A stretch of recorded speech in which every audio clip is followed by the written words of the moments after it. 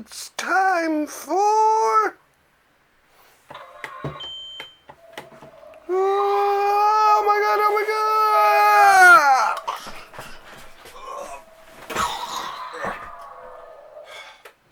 Oh my god. Oh my god, where am I? Oh, this is starting to bring back some memories here now. Yeah. And I do believe that I'm once again coming to you live on tape from a secret, undisclosed location hidden somewhere deep in the bowels of downtown St. John's comes in the Library of Graphic Literature with your host, me, Wallace Roy.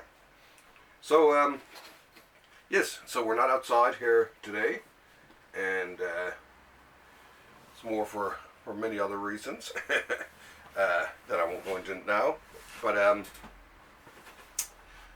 yeah, back in the old library here. It feels kind of weird, eh? That being said, I'm ready to go. Got some cool stuff this week. Not a lot, but definitely some cool books for sure, and some tea. Oh yes. Oh, beautiful, yummy. Before I get too much into it, check out this week's Thursday Comics Giant Size Edition. We talk about, I think it's DC Silver Age, I do believe. Anyway, you gotta check it out. It's worth it. And their views are slowly going up on the podcast, which is great to hear. Maybe you'll catch up to this one day. But yeah, so it's another fun episode with me and my good buddy Dennis Osborne. So as obviously we've gone weekly on it, and it seems to be working out quite fine.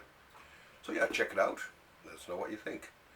And on the local scene here, I'm actually running for a seat on my local city council, so got my fingers crossed. And that's eating up a lot of time. But, of course, nothing stops me from having a look at some comics for you good folks out there. So, let's stop the yammering and get right down to it. Okay, first off is a sip of from my cup of tea here. Some nice Earl Grey tea there. Now, the book that's first, and really high on my I love it to death list, and one that I've been waiting for a while anyways, is from DC Comics, surprisingly. That's the other thing too, what's happening with DC Comics? Still no previews, we're missing books, stuff like that, but you know, I guess they have to have their own distributor. It's too bad they don't know what they're doing. Anyway, from DC Comics comes the Spectre, the Wrath of the Spectre Omnibus. Doom, doom, doom, doom, doom, doom, doom, doom. This is one, baby. I've been waiting for this for a while. If I could, I would marry this book. No, but in all seriousness, the Spectre has always been one of my favorite characters. I can remember reading... Well, I've read just about every story in this book, but I'm going to reread them because I just love it to death. But I always liked the character. I think I do have the Golden Age Spectre there, which is kind of cool. But this is from when the Spectre returns, right on up, and it has great art by, I think, Murphy Anderson, if I'm not correct. Yeah. Probably even has a listing here. No. But yeah, Murphy Anderson, Carmine Infantino, Ross Andrew, and then, of course, Neil Adams, the classic Neil Adams run from the Spectre, and then into some Jerry Grandinetti, and then the Piece de la Resistance, Jack Sparling too. Actually, I forgot about him. Jose Delbo, and a few other people anyway.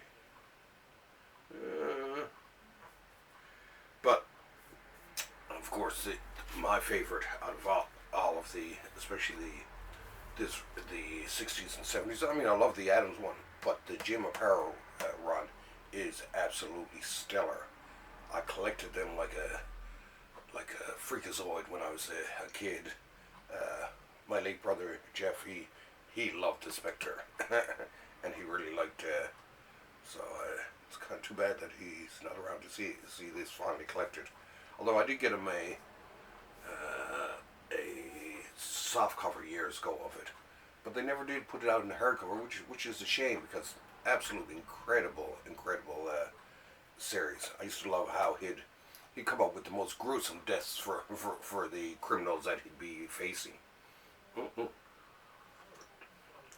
And the art by this, in a lot of ways, this to me is probably one of Aparo's greatest works. It's when he was at the height of his powers, and I loved his. I just loved him, and it's definitely worth. It's so worth picking up. Like I say, I mean, how can you go back? Neil Adams, Jim Aparo, Jerry Grandinetti. It's a wealth. Actually, I think yeah. Well, yeah, I used to love it. He'd come back and he'd wreak vengeance somehow or another. But it starts out with Murphy Anderson. It's just like, the Spectre's been gone for 20 years, and then he suddenly reappears, and it goes from there. And the Spectre appeared in the Justice League a couple of times too. I'll take off the dust jacket there just to keep in good shape. And it was wonderful. And I even had, I didn't have this when I was growing up, but I did get it. Later. There's the showcase number 60, I do believe, when it came back. With great art by Murphy Anderson, who I actually like. So yeah, some great art there. And then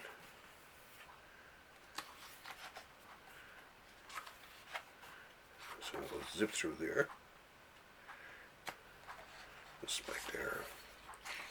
Here we go. Oh, and there's the number 64 with the. I love the checkerboard there, So, poked around in showcase for a while, and here's a Batman and the Spectre. He did appear, like I say, in an episode of the Justice League, Saving the Earth, and then so it's pretty good, like I say, back then. Some cool artwork, and then along came Neil Adams. Dun, dun, dun, dun, dun. And Adams did an amazing job. I had a couple of these when I was a kid. With Wildcat. Oh, here it is. But yeah. And of course Adams did an amazing job on it. And I think this helped bring attention to, I always love this cover here. Stop that kid before he wrecks the world. But yeah, I think it helped bring a lot of attention to him.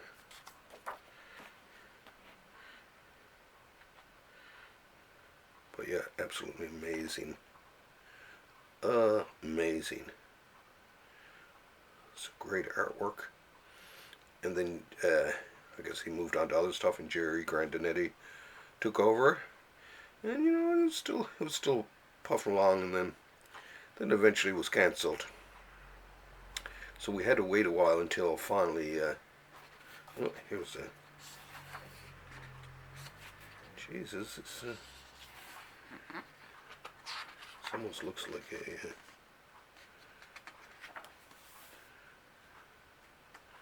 Almost looks like a Bernie Wrightson. Yeah, I think it is. Damn. We did check that on the oh, let's have a look here. In the table of contents. I must have missed that.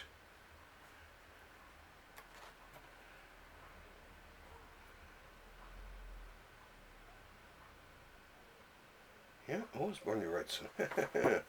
Can I nail him or can I nail him? So yeah, a great little Spectre tale by Bernie Wrightson. And more Jerry Grandinetti. And like I say, eventually tooted along until it was finally cancelled. And come on. And then at long last, here we go. Come on. Jesus. Until issue 431 of Adventure Comics came along. Look at that. I love the, like I say, it just gets gruesome from here. He really was. I mean, people think the Punisher was bad, but the Punisher got nutting on the Spectre. And I loved it. And then of course soon it became Weird Adventure Comics. Oh, here we go. Here's a good. So yeah, it was just an amazing series there. Great stories. Sometimes gruesome, rather gruesome endings. I think this was actually a Frank Thorne, because one of these was Frank Thorne by with Parrow on the inks. I think, was this the one here? Yeah, this is it. This one actually, this is one of the exceptions in the run, was a great episode by Frank Thorne, but inked by Jim Aparo. Very rare that you'd see Jim Aparo ink someone else. But yeah, so worth this is so worth picking up. And then back here with Jim Aparo again, the Gas Man and Jim Aparo and Weird Adventure Comics. So, and this is and this one I like too, the Batman and the Spectre. So, like I say, it continues, and this actually was Ernie Chua and Jim Aparo. Then back to good old Adventure Comics, and so on, and so on, and so on. Oh, and the Spectre. This is the Jim Starlin, and so that's pretty cool too. Forgot about that one. So yeah, absolutely amazing stories, great art. This is so far my Ross Andrew. This is my favorite omnibus of this year. I have to say, I've been, like I said, I can't stress how much I've been absolutely looking forward to this one. So run out and get it. The Wrath of the Spectre. Oh, like I say. Well, it gets too much. Don't want to damage it. Okay, we still have time for a couple of other ones. And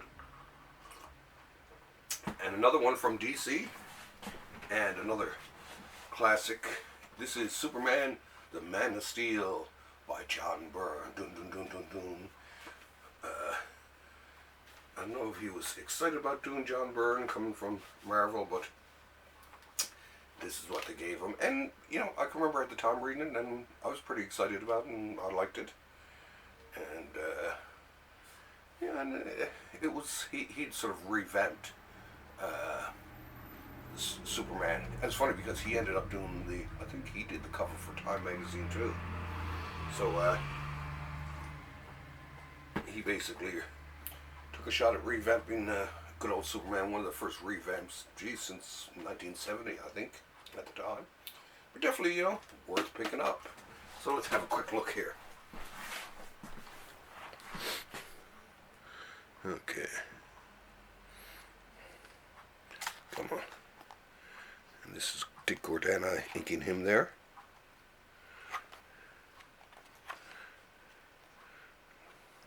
No, I'm never a big fan of John Byrne's Batman. It just never did it for me. All the other heroes, sure.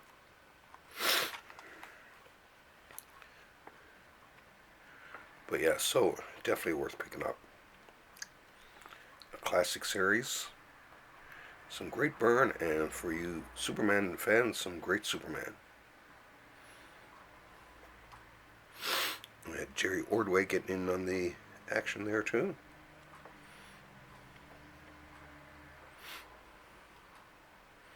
But yeah, definitely well worth picking up. And a little bit of the Fourth World thrown in for good measure, which I'm always glad to see. Any fan of the Fourth World is a pal of mine. So yeah, check it out for sure. The Man of Steel. Dun, dun, dun, dun. Okay, now let's go from The Man of Steel to a cup of tea, and then on to another little fun volume here. Marge's Little Lulu, do by John Stanley. The Fuzzy Thing is Poopy. I'm just about finished the first volume. As a matter of fact, I took it out when I knew this was coming in right through it like a maniac, so I'm ready to get into this one. There's something kind of cute about it. I can see why Alan Moore likes his comic so much. It's a lot of fun. But yeah, Little Lulu from Drawn and Quarterly. They do some good collections, and this is definitely one of them. It's definitely an acquired taste. It's just something about Little Lulu. She's a nut. But yeah, I highly recommend you check it out. It's Madcap juvenile humor at its best. Oh, here we go. Some of the covers there from Dell are just Little Lulu. So yeah, Stanley did a great job at this. This, I think, equals his Nancy work. So like I say, for you people who love a little bit of fun and humor, definitely check that one out. Oh, now, last, but definitely not least, from George Takei, They Called Us Enemy, the Eisner Award-winning book. This one gets a kiss too, for sure. This one, I can't wait to read either. This is about his time. Let's see, it says here, he revisits his hunting childhood in one of the internment camps or concentration camps. He was one of the 120,000 Japanese Americans imprisoned by the U.S. government. I can remember seeing either a movie or a TV show or something about this in the 70s when it sort of first came into the general consciousness of at least my generation that, hey, during the war, they interred all the Japanese in the United States for no good reason. And, it'd be like during, it'd be like if they locked, after 9/11, if they had rounded up and locked up all the Muslims in the United States type of thing. So, this is the expanded edition, the hardcover. Eisinger, Scott, and Becker helping them out. But yeah, this is obviously not as light as the Little Lulu in terms of content, but very important just the same. It has this cool sort of black and white and grey approach to it, which I kind of like. It's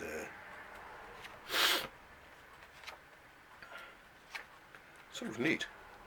It sort of suits it for that reason, right? So this is one I can't wait to read myself. So, They Called Us Enemy. For you people who are fans of history and all that, definitely one to pick up. Oh, actually, no, here's one left. Is this left over from last week? Or a graphic novel memoir, Happiness Will Follow, Mike Hawthorne. Okay, I must have forgotten this. This was from last week, I think it was. This is another little serious one. This is This guy telling Mike Hawthorne's mother is left alone to raise her son in New York City, and things just got worse from there. And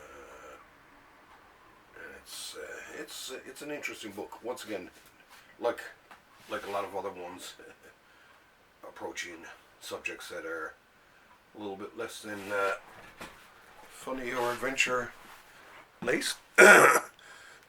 This one is